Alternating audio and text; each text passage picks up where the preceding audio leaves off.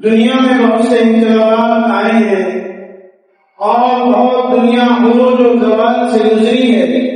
بہت سارے نشیب و فراز اس دنیا میں وجود میں آئے ہیں. کبھی بادشاہوں کے ذریعے سے، کبھی فوجوں کے ذریعے سے، کبھی جنگجوؤں کے ذریعے سے، کبھی غربت غریبوں کے ذریعے سے، کبھی مالداروں کے ذریعے سے، کبھی حکومتوں کے ذریعے سے. بہت سارے انقلابات وجود میں آئے ہیں. ایسا ہی ایک انقلاب آمنہ کے نام عبداللہ بن یتیم جناب محمد رسول اللہ صلی اللہ علیہ وسلم نے آج سے تقریباً 1400 سال پہلے ایک ایسا دنیا میں انقلاب برپا کیا جو انقلاب اصلاح عمل کا، اصلاح عمل کا، اصلاح عقیدے کا اور اسلام کا انقلاب تھا. جو نبی اکرم صلی اللہ علیہ وسلم نے جس کی ابتدا فاران کی چیونٹیوں سے کی اور اللہ نے اسی انقلاب کو اپنے کلام کے ذریعے سے برپا فرمایا، جس کو ہم کتاب اللہ اور کتاب انقلاب اور قرآن مجید کہتے ہیں. اللہ کے نبی صلی اللہ علیہ وسلم فرماتے ہیں کہ اللہ جل جلالہ نے فرمایا اللہ اس قرآن کے ذریعے سے بہت سے قوموں کو عروج عطا فرماتے ہیں، بلندی عطا فرماتے ہیں، ان کو زبان سے نکال کر اور سریا پر پہنچا دیتے ہیں. وَيَدَعُ بِهِ آخَرِينَ اور جو اس کلام کو بس پشت ڈال دیتا ہے، اس کی پرواہ نہیں کرتا، اس کو اپنی زندگی کے لیے مشعل راہ نہیں بناتا، اللہ ان قوموں کو زوال پذیر کر دیتے ہیں، ذلت و پستی کی کالے مذلت میں گرا دیتے ہیں. اللہ کا فضل ہے، اللہ کا کرم ہے، اللہ نے ہم کو کتاب اللہ رسول اللہ سے جوڑا ہے. میرے بھائیوں، اللہ کے رسول صلی اللہ علیہ وسلم نے معاشرے کی اصلاح کے لیے اور دنیا میں امن قائم کرنے کے لیے اور اہل دنیا کو صحیح پتہ بتلانے کے لیے اور جنت کی توقع کرنے کے لیے جو انتھک محنتیں کی، مشقتیں کی، جد و جہد کیا اور جو مسلسل کے ساتھ آپ نے 23 سالہ نبوت کے دور میں ایسی محنت قائم فرمائی اور ایسی جماعت آپ نے کھڑی فرما دی کہ چشمے فلک میں اور زمین کے اوپر ایسی جماعت نہ اس سے پہلے کبھی وجود میں آئی، نہ سورہ قیامت تک ایسا معاشرہ، ایسا اسلام کا کام، ایسی جماعت وجود میں آ سکتی. اللہ کے رسول صلی اللہ علیہ وسلم محنت کر رہے ہیں، اللہ نے آپ کو حکم دیا اور جب آپ اپنے کام میں اپنے مشن میں لگے تو اللہ آپ کو تسلی بھی دے رہا ہے کہ نبی جی تھوڑا اپنا خیال بھی رکھیے کہ نہ ان کے ایمان لانے سے اگر آپ کی بات نہ مانیں اور یہ آپ کی دعوت کو تسلیم نہ کریں تو کیا آپ اپنے آپ کو ہلاک کر رہے ہیں؟ کیسا آپ اپنے آپ کو مشن میں لگایا ہوگا، کیسا امت کی اصلاح میں اپنے خون کو پانی بنایا ہوگا، اپنے جسم کو پسینہ بنایا ہوگا کہ خود اللہ جل جلالہ عمل والو جس نے اللہ کے نبی کو اصلاح کی ذمہ داری دی ہے، امت میں چلنے کا محنت کی ذمہ داری مشن دیا ہے، وہی حکم دینے والا پھر تسلی دے رہا ہے کہ آپ ان کی محنت کر جائے. اللہ کے رسول صلی اللہ علیہ وسلم نے کیسے محنت کی ہوگی، کیسا اسلامی نظام، کیسا اسلامی معاشرہ، کیسا سماج میں امن قائم کیا ہوگا، کتنی محنت کی ہوگی کہ اللہ کو تسلی دے رہا ہے. آپ نے اپنی جماعت میں حضرت آپ کے شاگرد حضرت مصعب بن عمیر رضی اللہ تعالیٰ عنہ کو تیار کروایا، آپ نے انہیں قرآن پڑھایا، آپ نے انہیں قرآن سکھایا، آپ نے انہیں دین سمجھایا. اور جب اہل مدینہ کو ضرورت پڑی اور اہل مدینہ نے آپ کے سامنے مطالبہ کیا ہمیں کوئی معلم چاہیے، ہمیں کوئی مدرس چاہیے، ہمیں کوئی مبلغ چاہیے جو ہمیں قرآن پڑھائے، ہمیں تبلیغ کرے، ہمیں دین سمجھائے، تو آپ کے انتخاب آپ کے ارد گرد موجود جماعت میں آپ کی انتخابی نظر حضرت مصعب بن عمیر رضی اللہ تعالیٰ عنہ پر پڑتی ہے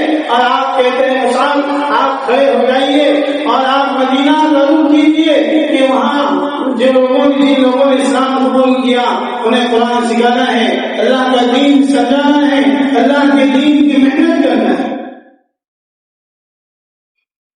اللہ کے رسول صلی اللہ علیہ وسلم کے شاگرد آپ کی تربیت میں پلے ہوئے حضرت مصعب بن عمیر رضی اللہ تعالیٰ عنہ مدینہ منورہ ہے، اور آپ نے وہاں اپنی محنت کا، اپنے مشن کا، اپنے مقصد کو آگے بڑھانا شروع کیا۔ مدینہ میں ہلچل ہونے لگی،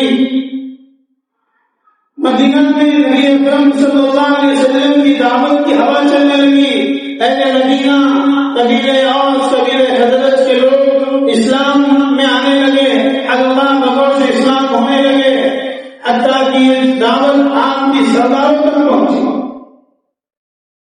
قبیلے بنو سلمان کے صدر اور لیڈر بڑے سخی اور بہادر، جن کا نام عمر بن جموح رضی اللہ تعالیٰ عنہ ہوا، ان تک بھی آپ کی دعوت پہنچی، ان کے گھر تک پہنچی۔ انہوں نے اپنی بیوی سے کہا، دیکھو مدینہ میں کوئی داعی آئے ہوئے ہیں، وہ نبی اکرم صلی اللہ علیہ وسلم کی طرف کے داعی ہیں، وہ اپنے موجودہ خطوں کو انکار کرتے ہیں۔ دیکھنا کہیں ہمارے اپنے گھر میں دعوت نہ آ جائے، ہمارے اپنے بیٹے اس کو قبول نہ کر لے، جبکہ ان کو معلوم ہی نہیں کہ ان کے بیٹوں نے اسلام قبول کر لیا ہے۔ حضرت معاذ، حضرت معاویہ، حضرت خلاد، حضرت ہند جو ان کی بیوی تھی، انہوں نے بھی اسلام قبول کر لیا تھا، ان کے قبیلے کے اکثر لوگوں نے اسلام قبول کر لیا۔ یہ بہادر تھے، لیڈر تھے، اور بڑے سخی اللہ نے بنایا تھا۔ اپنے بیوی سے کہا کہ دیکھو کہ اپنے گھر میں دعوت نہ آیا، تو بیوی نے کہا ٹھیک ہے میں خیال رکھتی ہوں، لیکن آپ کا بیٹا معاذ، یہ مصعب بن عمیر جو مکہ سے آئے ہوئے ہیں، ان کی باتوں کو سن لیا تھا، کہیں جا رہا تھا، مجلس میں بیٹھ گیا، کچھ باتیں اس نے وہاں سے یاد کر کر آئی، کہنے لگے شاید ایسا لگتا ہے کہ مصعب کی دعوت کو معاذ نے قبول کر لیا۔ کہا قبول تو نہیں کیا، لیکن کچھ باتیں اس نے یاد کر لی۔ کہا کون سی باتیں ہیں؟ آپ معاذ کو، حضرت معاذ کو بلایا اور کہا سناؤ وہ مصعب بن عمیر کی کون سی باتیں ہیں؟ تو مصعب بن عمیر کی باتیں حضرت معاذ سنا رہے، کیا سنایا؟ کہا اٹھ کر سنایا، الحمدللہ رب العالمین الرحمن الرحیم مالک یوم الدین، پوری سورت پڑھ کر سنائی۔ حضرت عمر بن جموح سن رہے ہیں، اپنا سر اٹھایا، کہا بہت خوش قسمت کلام معلوم ہوتا ہے، بڑا اعلیٰ کلام ہے، کیا فصاحت و بلاغت اس میں موجود ہے۔ تو حضرت معاذ نے کہا کہ پھر شاید اس کو قبول کر لینا چاہیے، ہمیں دعوت کو قبول کر لینا چاہیے، کیونکہ عمر بن جموح لیڈر تھے، اپنے قوم کے سردار تھے۔ انہوں نے کہا کہ ابھی پہلے میں اپنے بزرگوں سے مشورہ کروں گا، کیونکہ حضرت عمر بن جموح لیڈر ہونے کی وجہ سے ان کے گھر میں خود اپنا ایک قیمتی اور اعلیٰ قسم کی لکڑی کا ایک دودھ بنایا ہوا تھا جس کا نام منان تھا، اور اہل مدینہ کا یہ ماحول تھا کہ ہر سردار کے پاس ایک دودھ ہوتا تھا، وہ ہر خوشی میں وہاں جانور ذبح کیا کرتے تھے، اور ہم میں اس کے ساتھ نیاز رات و نیاز کی باتیں کیا کرتے تھے۔ تو انہوں نے بھی کہا کہ میں اپنے مجھ سے پہلے مشورہ کر لیتا ہوں، رات میں دیکھیں گے۔ ان کے بیٹے نے کہا ٹھیک ہے، اپنے کمرے میں گئے جہاں دودھ رکھا ہوا تھا، اور اس زمانے کی عادت کی موافق یہ تھی کہ جب کوئی انسان اپنے دودھ کے سامنے جاتا تو پیچھے کسی بڑی عمر کی عورت کو کھڑی کر دیتا، کسی بوڑھی کو کھڑا کرتا، اور وہ بوڑھی جو کہیں گی وہ یہ سمجھا جاتا تھا کہ ہمارے دودھ اور ہمارے محبوب نے اس کے دل میں یہ بات القاء کی ہے۔ تو انہوں نے بھی اپنے رواج کے مطابق ایک بوڑھی عورت کو پیچھے کھڑا کر دیا اور ملان کے سامنے گئے، اس کی حمد و ثنا کی، اس کی تعریف کی، اور اس سے مشورہ کرنے لگے کہ مجھے معلوم ہے کہ جو مکہ سے داعی آیا ہوا ہے وہ کس لیے آیا ہوا ہے کہ ہم تیری عبادت کو چھوڑ کر، تیرے احکام کو چھوڑ کر، تیری پوجا اور پاٹ کو چھوڑ کر ہم اس کی پرستش کریں، ہم اللہ کو ماننے والے بن جائیں، اس لیے آپ ہمیں مشورہ دو کہ میں کیا کروں۔ ابو لکڑی کا کوئی جواب تو نہیں دیتا، مانگتے رہے، ان سے مشورہ کرتے رہے، کوئی جواب نہ ملا تو خود ہی کہنے لگے شاید آپ آج بہت زیادہ ناراض ہے، آپ غصے میں ہیں اس لیے میں پھر آپ گھر میں ہوں. تو 3 دن ہو گئے، 3 دن گزر گئے، پھر 3 دن کے بعد اپنے گھر میں گئے اور اس سے مشورہ کیا کیا کرنا چاہیے. اب وہ لکڑی کا بالکل بات نہیں کرتا تھا اور مشورہ کیا، کوئی جواب نہیں آیا، واپس آ گئے. اب بیٹوں نے دیکھا کہ ہمارے والد روزانہ مشورہ کر رہے ہیں مجھ سے لیکن کوئی جواب آ نہیں رہا، تو خود کی ویسی اہمیت تھوڑی کم ہو گئی، لیکن اور زیادہ اہمیت کم کرنا ہے. تو بیٹوں نے مشورہ کیا کہ ہم یہ کہیں گے کہ جب ہمارا کام ہو جائے گا رات میں تو یہ خود کا ہم کام تمام کر دیں گے. تو جب بعد رات میں عمرے میں جب وہ آپ اپنے گھر میں سوئے تو بیٹوں نے اس خود کو اٹھایا اور لے جا کر باہر کوڑے دان میں ڈال دیا. جب صبح حضرت عمرے میں جب وہ پھر مشرق کے لیے اپنی عبادتگاہ میں پہنچے تو دیکھا کہ بدھ نظارت وہاں بدھ ہے ہی نہیں. تو باہر نکلے گھومنے لگے تو دیکھے کہ تھوڑا برگٹ سے پڑا ہوا ہے، اس کو اٹھا کر لائے، صاف کیا، اپنے منہ لگائی اور اپنی جگہ پر رکھ دیا. پھر اس سے مشورہ کرنے لگے، کوئی جواب نہیں آیا. پھر دوسرا دن گزرا، پھر تیسرا دن گزرا، روزانہ مشورہ کر رہے ہیں. تو بیٹوں نے کہا کہ اب ایسے ماننے والے نہیں ہیں. تو ہم لوگ جب روزانہ جاتے رات میں، صبح جاتے تو بدھ دکھتا اور شام میں جب صبح جاتے تو بدھ غائب ہو جاتا. اس لیے کہ وہ بیٹے اٹھا کر تھوڑا کرکٹ میں لاتے تھے. تو ہم نے جب اٹھا کر لے کر آیا تو اسے گلے میں تلوار ڈال دی کہ رات میں اب جو بھی تیرے پاس کوئی آئے گا تو اس کو تلوار سے اس کا کام تمام کر دے گا کہ میں روزانہ تھوڑے کرکٹ سے اٹھا کر لا رہا ہوں. اب تیرے پاس جو آئے گا اس کو تلوار سے اس کا کام تمام کر دینا. جب بیٹے رات میں آئے تو دیکھی حضرت کے گلے میں تلوار پڑی ہوئی ہے. تو بیٹوں نے اٹھایا اور تلوار کو سائڈ میں رکھا اور جب اس کو کوڑے دان میں لے کر جا رہے تو وہاں ایک بڑا اور کتا پڑا ہوا. اس مرے ہوئے کتے کو بھی اٹھایا اور اس بدھ کو بھی اٹھایا اور دونوں کو ایک کنویں میں رکھا دیا اور کتے کو جو ہے اس بدھ کے ساتھ باندھ دیا. جب صبح ہوئی عمرو بن جموح رضی اللہ تعالیٰ عنہ یہ اپنے ٹانگ سے معصوم تھے، لگے صحابی کو. جب یہ اپنے بدھ گدے میں گئے تو دیکھا کہ وہ بدھ ہے نہیں وہاں.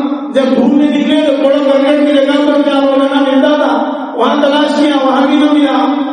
آگے گئے دیکھا تو کنویں میں پڑا ہوا ہے، ساتھ میں ہرا ہوا کتا بھی پڑا ہوا ہے. تو اسی وقت کیونکہ اللہ کی طرف سے ہدایت ملی کہ یہ بدھ کیا کام کا، یہ معبود کس کام کا، ایک مرے میں کتے کے ساتھ پڑا ہوا ہے. اسی کو قرآن کہتا ہے، قرآن نے اس میں مزید اس کی تفسیر کی ہے اور اس جیسے قرآن میں مضامین بیان کیے کہ تم ان لوگوں کو پوچھتے ہو جو خود اپنے وطن پر رہتے ہوئے مکی کو بھی ہوا ہے. وَيَسْلُبْهُ الظَّلَامُ شَيْئًا لَّا يَسْتَنقِذُوهُ مِنْهُ ضَعْفَ الطَّالِبِ وَالْمَطْلُوبِ. طالب بھی کتنا کمزور ہے، مطلوب بھی کتنا کمزور ہے کہ معبود بھی کمزور، معبود بھی کمزور کہ معبود پر بیٹھی ہوئی مکھی وہ اپنی ذات سے نہیں مار سکتا تھا. وہ تمہاری پریشانی کیا دور کرے گا؟ وہ خود اپنی ذات سے وجود میں نہیں ہے، وہ دوسروں کو اور کیسے وجود کر سکتا ہے؟ تب ایک نے جب اسی وقت کلمہ پڑھا، اللہ مدعو سے اسلام ہو گئے. اللہ نے اسلام کی روبت سے سرفراز فرمایا. ایسی اسی دوران اللہ کے رسول صلی اللہ علیہ وسلم مدینہ المنورہ ہجرت کر کے تشریف لائے. بدر کا معرکہ میں آیا اور آپ کے بیٹے عمرو بن جموح کے تینوں بیٹے بدر میں جانے لگے. آپ نے بھی تمنا ظاہر کی میں بھی چلتا ہوں. بیٹوں نے کہا نہیں، آپ معذور ہیں. اللہ نے آپ کو معذور بنایا ہے، آپ کو اللہ کے راستے میں جانے کی ضرورت نہیں ہے، ہم چلے جاتے ہیں. بدر میں رکے، وقت گزرتا گیا، صلح حدیبیہ کا موقع آیا اور احد کا موقع آیا. احد میں جب اللہ کے رسول صلی اللہ علیہ وسلم کی طرف سے اعلان ہوا غزوہ احد کے لیے جانا ہے تو مدینہ میں ہلچل مل گئی اور تیاریاں ہونے لگی کہ اللہ کے راستے میں جانا ہے. تو بیٹے بھی اپنے گھر میں آ رہے ہیں، سامان آلات و اسباب لے رہے ہیں، سامان حرب لے رہے ہیں. ان کے دل میں بھی جذبہ پیدا ہوا مجھے بھی اللہ کے راستے میں جانا چاہیے. تو بیٹوں نے منع کر دیا کہ آپ معذور ہیں، آپ کا ایک ہی پیر صحیح لاقی ہے، ایک پیر سے آپ معذور ہیں. اللہ نے آپ کو معذور بنا دیا، آپ نہ آئے. تو خود جناب رسول اللہ صلی اللہ علیہ وسلم کے پاس چل کر پہنچ گئے کہ رسول اللہ میرے بیٹے مجھے منع کر رہے ہیں اللہ کے راستے میں چلو. اور آپ نے آقا صلی اللہ علیہ وسلم کے سامنے قسم کھا لی، رسول اللہ میں اللہ کی قسم کھا کر کہتا ہوں میں اپنے اس لمبے پیر سے جنت میں چلوں. آپ آپ نے بلا کر آپ کے بیٹوں سے کہا کہ ان کو منع مت کرنا، ان کو اللہ کے راستے میں چلنے دو۔ جب اللہ کے راستے میں جانے کی اجازت مل گئی، اپنی بیوی سے ملاقات کرنے کے لیے گئے اور اس حال میں گئے کہ گویا مدینہ واپسی نہیں ہونے والی، کیونکہ اللہ کے رسول نے فرمایا تھا ممکن ہے ان کی شہادت نصیب ہو جائے، اور نبی نے جس کے بارے میں یہ خواہش ظاہر کی کہ ان کو شہادت مل سکتی ہے، خدا کی قسم اللہ کے راستے سے واپس کیا ہے۔ آپ کو معلوم ہوگا غزوہ موتا میں اللہ کے رسول نے فرمایا تھا ابن رواحہ امیر ہو گئے، اگر وہ شہید ہو جائے تو جعفر بن طیار امیر ہو گئے، اگر وہ بھی شہید ہو جائے پھر تیسرے صحابی امیر ہو گئے، پھر وہ بھی شہید ہو جائے تو مسلمان جسے چاہے اپنا خلیفہ بنا لے۔ اس وقت یہ جملے آپ کے یہودی سن رہا تھا، اس نے کہا تھا رسول اللہ نے فرمایا ہے یہ شہید ہوں گے تو یہ ضرور شہید ہوں گے، واپس نہیں آئیں گے۔ تو ہم نے اپنے جمہور کو بھی یقین تھا کہ میں بھی اللہ کے راستے میں شہید ہو جاؤں گا۔ اپنے بیوی سے ملاقات کی اور دعا کی، اللہم ارزقنا شہادۃ سبیلی، اے اللہ مجھے اپنے راستے کی موت دے، ولا تردنی الی اہلی، اور مجھے اپنے اہل کی طرف نہ لوٹا۔ اللہ کے راستے میں چلے گئے اور معرکہ ہوا، اور معرکے میں جب مسلمان منتشر ہونے لگے تو آپ اپنے ایک پیر پر کودتے ہوئے اس دستے میں شامل ہو گئے جو دستہ سب سے پہلی صف میں تھا، اللہ کے رسول کی حفاظت پر معمول تھا، اس دستے میں چلے گئے۔ آپ کا بیٹا خلاد آپ کی حفاظت کے لیے پیچھے دوڑتا ہوا گیا اور آپ نے کفار کے جب دستے میں گھس کر جام شہادت نوش کروا دیا، اور جب مجمع منتشر ہو گیا اللہ کے رسول صلی اللہ علیہ وسلم نے شہیدوں کے بارے میں یہ فرمایا کہ ان شہیدوں کو یہی دفن کر دینا ہے، اور حضرت علی بن جموں کو عبداللہ بن عمرو بن عاص کے ساتھ دفن کرنا ہے۔ ان کی دوستی دنیا میں بہت گہری تھی، لہٰذا یہ ان کے ساتھ ہی دفن ہوں گے۔ اللہ کے رسول صلی اللہ علیہ وسلم نے ایسا بہترین معاشرہ قائم کروایا تھا کہ جب وہ اسلام میں آ جاتے تھے، اللہ کے رسول کا کلمہ پڑھ لیا کرتے تھے تو ان کے دلوں میں اپنی اولاد سے زیادہ اور اپنی ذات سے زیادہ اللہ کے رسول صلی اللہ علیہ وسلم کی محبت جاگزی ہو جاتی تھی۔ اس کی بہترین مثال قرآن کریم بیان کرتا ہے فَأَصْبَحْتُم بِنِعْمَتِهِ إِخْوَانًا، کہ اللہ نے اس نعمت کے ذریعے سے تم کو بھائی بھائی بنا دیا ہے۔ جب مکہ سے ہجرت کر کے صحابہ مدینہ المنورہ تشریف لائے ہیں تو بڑے مزے کی بات اللہ کے رسول صلی اللہ علیہ وسلم نے عبد الرحمن بن عوف کا بھائی جانا ایک صحابی کے ساتھ قائم بنایا، اور جتنے مہاجرین تھے تمام کو انصاروں کے ساتھ جوڑ دیا۔ فرمایا مہاجرین انصار کے بھائی ہیں اور انصار مہاجرین کے بھائی ہیں۔ ایک صحابی عبد الرحمن بن عوف کا ایک صحابی کے ساتھ مواقعات قائم فرمایا، بھائی چارہ قائم فرمایا۔ یہ نسبی بھائی نہیں ہے، یہ ایک ماں کی اولاد نہیں ہے، یہ ایک علاقے کے رہنے والے نہیں ہے۔ مکہ سے مدینہ 500 کلومیٹر دور ہے، اور ہوائی جہاز کا سفر نہیں ہے، ریل کا سفر نہیں ہے، بلکہ اونٹوں کا سفر ہے، پیدل کا سفر ہے۔ نیا دوستانہ قائم ہوا، نیا بھائی چارہ قائم ہوا، ماں کی اولاد نہیں، ایک علاقے کے رہنے والے نہیں، ایک شہر کے رہنے والے نہیں، پہلی ملاقات ہے، لیکن اللہ کی محبت میں ایسا ان کے دلوں میں بھائی چارہ قائم فرمایا۔ عبد الرحمن بن عوف کے بھائی فرماتے ہیں کہ آپ کو معلوم ہے میں مدینہ میں سب سے زیادہ مالدار ہوں، میرے پاس سب سے زیادہ پراپرٹی ہے، اس لیے آپ کا بھائی چارہ میرے ساتھ آقا صلی اللہ علیہ وسلم نے قائم فرمایا، اس لیے آپ میرے بھائی ہیں، میری آدھی پراپرٹی آدھا مال آپ کے نام ہے، میرا آدھا مال کے آپ مالک ہیں۔ ایسی کو بس نے کیا، فرمایا آپ کو معلوم ہے میری 2 بیویاں ہیں، آپ جسے چاہے پسند کریں، میں اس کو طلاق دیتا ہوں، آپ اس سے نکاح کریں۔ خدا کی قسم صبح قیامت تک یہ مثال قائم نہیں ہے۔ آج سگے بھائیوں کا یہ معاملہ ہے، ایک چھاتی سے دودھ پینے والے، ایک آنگن میں کھیلنے والے، ایک درسگاہ میں پڑھنے والے، ایک اسکول میں پڑھنے والے، جب جوان ہو جاتے ہیں اور نکاح ہو جاتا ہے تو کیا دشمنی ہوتی ہے کہ ایک بھائی دوسرے بھائی کے آنکھ میں آنکھ نہیں لگتا، ایک بھائی دوسرے کو دیکھ کر مسکرانا پسند نہیں کرتا ہے، ایک بھائی دوسرے کی آنکھوں میں آنسو دیکھ کر اس کا دل نہیں کسیدہ، جبکہ اللہ کے رسول صلی اللہ علیہ وسلم نے کیسی محنت کیا ہوگا اور کیسا ان پر اپنا جان، اپنا مال، اپنی صلاحیت لگائی ہوگی کہ ایک معمولی سا بھائی چارہ قائم کرنے پر آدھی پراپرٹی میں حصہ دے رہے ہیں، اور کہا میری 2 بیویاں ایسی مثال پیش کر سکتا ہے؟ کوئی مثال پیش کر سکتا ہے؟ آج ہمارا معاملہ کیا ہے؟ سگے بھائیوں کے ساتھ ہمارا برتاؤ کیا ہے؟ پڑوسی کے ساتھ ہمارا برتاؤ کیا ہے؟ پڑوسی اور بھائی اور دور کی بات، آج ہمارے والدین کے ساتھ کیا معاملہ ہے؟ ہماری ماں کے ساتھ ہمارا کیا معاملہ ہے؟ جنہیں خود بھوکا رہا ہو ہمیں کھلایا ہو، خود کیلے میں سوئی ہو ہمیں صبح میں سلایا ہو، خود پرانے کپڑے پہن کر ہمیں نیا کپڑا پہنایا ہو، خود بیمار رہ کر ہمیں ہماری بیماری کا علاج کیا ہو اور اپنے پیسے سے کی گئی، ہمارا اس کے ساتھ کیا رویہ؟ بھائی عزیز دوستوں، کہ ہمارا معاشرہ بڑی تیزی کے ساتھ اور بڑی تندوئی کے ساتھ جہنم کی طرف جا رہا ہے، بدعملی کی طرف جا رہا ہے۔ ہمیں بھائی چارہ قائم کرنے کی ضرورت ہے۔ بڑی قرآن نے عجیب و غریب بات فرمائی، وَإِن طَائِفَتَانِ مِنَ الْمُؤْمِنِينَ اقْتَتَلُوا فَأَصْلِحُوا بَيْنَهُمَا۔ اے مسلمانوں، جب تم دیکھو دو جماعتوں میں لڑائی ہو رہی ہے، دو جماعتیں آپس میں گتھم گتھا ہے، آپس میں لڑائی ہو رہی ہے، تو تمہارا کام کیا ہے؟ ویڈیو بنانا؟ تمہارا کام کیا ہے؟ تماشا بین بن کے تماشا دیکھنا؟ تمہارا کام کیا ہے کہ دونوں طرف میں پم مارنا، ہوا مارنا اور دونوں فریقوں کو بھڑکانا؟ آج ہمارا یہ مشن بن گیا ہے۔ جہاں ہم دیکھتے ہیں کسی گلی میں اور محلے میں آپس میں دو پڑوسی میں لڑ رہے ہیں، موبائل لے کر کھڑے جاتے ہیں، ویڈیو بنا رہے ہیں، ہمیں تماشا دیکھنے میں مزہ آ رہا ہے، گالی گلوچ سننے میں مزہ آ رہا ہے، بد کلامی سننے میں، تماشا دیکھنے میں مزہ آ رہا ہے، ایک دوسرے کی عزت اچھالنے میں اور ایک دوسرے کے راز کھولنے میں مزہ آ رہا ہے، جبکہ اللہ کا قرآن کہہ رہا ہے فَأَصْلِحُوا بَيْنَهُمَا۔ اے مسلمانوں، ان دونوں میں صلح کرو، ان دونوں میں صلح کی کوشش کرو۔ اور آج کے مسلمان ویڈیو بنا رہے ہیں، آج کے مسلمان تماشا بھی کر رہے ہیں۔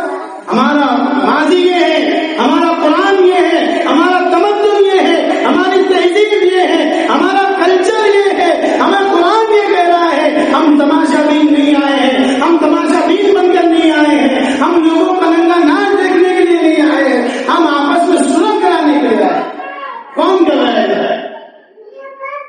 اس لیے میرے بھائی بزرگوں، ہمارے معاشرے سے جو خرابیاں ختم نہیں ہو رہی، جو ہمارے معاشرے سے بدعملی ختم نہیں ہو رہی ہے، اس کی وجہ واحد یہ ہے ہم نے قرآن کے حکموں کو بالائے طاق رکھ دیا ہے۔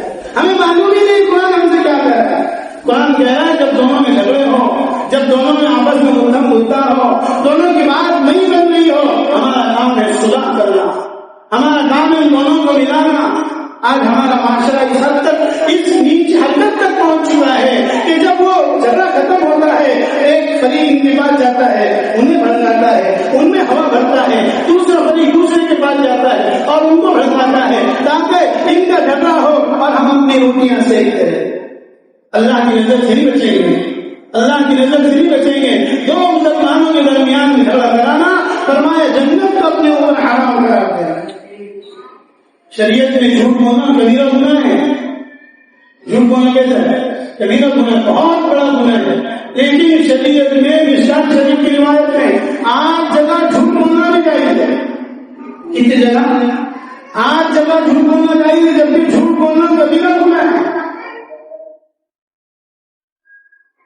لیکن فرمایا دو مسلمانوں کا آپس میں ملنا اتنا اہم ہے، دو مسلمانوں جماعتوں کا آپس میں بھائی چارہ اختیار کرنا اتنا اہم ہے کہ جو آدمی ان دونوں کے درمیان صلح کرا رہا ہے اس کو جھوٹ بولنے کی بھی اجازت نہیں کہ فلاں صاحب بہت تعریف کر رہے تھے، حالانکہ وہ تعریف نہیں کر رہا تھا، لیکن اس کے دل کو نرم کرنے کے لیے، اس کو صلح پر آمادہ کرنے کے لیے، تاکہ جو مسلمان آپس میں مل جائے، ایسے وقت میں فرمایا ایسے آدمی کو جھوٹ بولنا چاہیے کہ وہ جھوٹ بول کر کم از کم دونوں کو ملا ہے۔ آپس میں تفرقہ آبادی یہ قیامت کو لانے والی چیز ہے، اللہ کی رحمت کو اٹھانے والی چیز ہے، نعمتوں سے محروم کرنے والی چیز ہے، اور ہمارا معاشرہ اسی میں ڈوبا ہوا ہے۔ اس لیے میرے بزرگوں بھائی اللہ نے جو زندگی دی ہے، جو وقت دیا ہے، جو نعمتیں دی ہیں، اس کو اپنی ذات پر استعمال کرنا ہے، اور اللہ کی نعمتوں کو استعمال کر کر اس کی شکر بجا ولی کر کر یہاں سے جانا ہے تاکہ قبر میں ہمیں آرام کرنے کا موقع ملے۔ اگر یہاں نعمتوں کا صحیح استعمال نہ ہوا، یہاں سکون نہ ملا، یہاں معاشرے میں سکون نہ ملا، تو میرے بزرگوں بھائیوں عزیز دوستوں، ہم یہاں بھی ناکارہ رہیں گے، خستہ حال میں رہیں گے، اور وہاں کی بھی ناکامی نہ ادھر کے رہیں نہ ادھر کے رہیں، نہ خدائی دلانا